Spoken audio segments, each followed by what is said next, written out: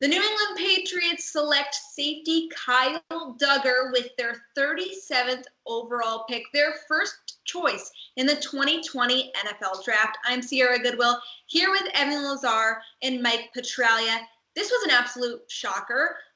We think that the Patriots probably could have gotten Duggar a little later on in this draft, but he was their guy. Evan, what do you know about Duggar, and why do the Patriots like him so much?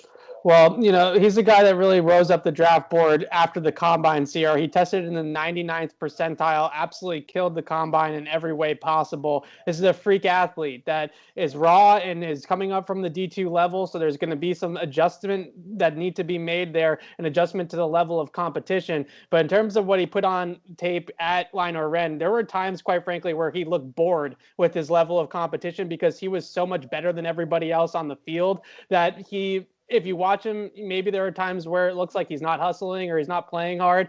I think it's honestly because he could run at 85% and still be able to outrun everybody else that was on the field. That's the type of athlete that we're talking about. Great range over the top of the defense. Also has the ability to come down and guard slot receivers and tight ends. He can play in the box against the run and defeat blocks and go sideline to sideline and run guys down. He's a 4-down player, can play on special teams in the kicking game as well, return punts, do that too. I think the biggest thing is that this morning Albert Breer reported that the Patriots were reportedly trying to move back again in the second round. My guess is that Duggar was their guy all along, but they felt like they could get him a little later, as we all do, and they wanted to trade down to make the value and the need or the player match up a little bit better, and they probably just didn't get the right trade offer that they wanted, so they just cut their losses and just took the player.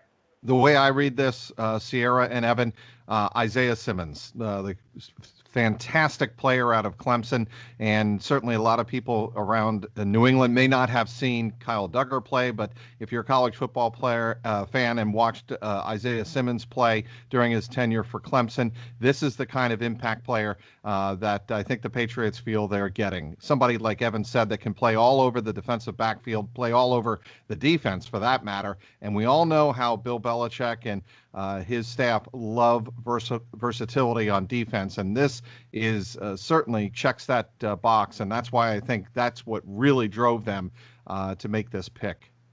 When the Patriots were on the clock, we were excited about their options because there were a lot of guys that we previewed before the draft began as perfect Patriots prospects that were still on the board. Wide receiver Denzel Mims, Zach Bond, all these guys that we had talked in depth about as great fits for the Patriots, potential first-round talent that the Patriots decided to pass up on. Is this a decision they're going to regret? It's going to be a decision that we're going to compare to those guys for a long time, and even compare to Xavier McKinney, who went one pick before Kyle Duggar. The Patriots took Kyle Duggar.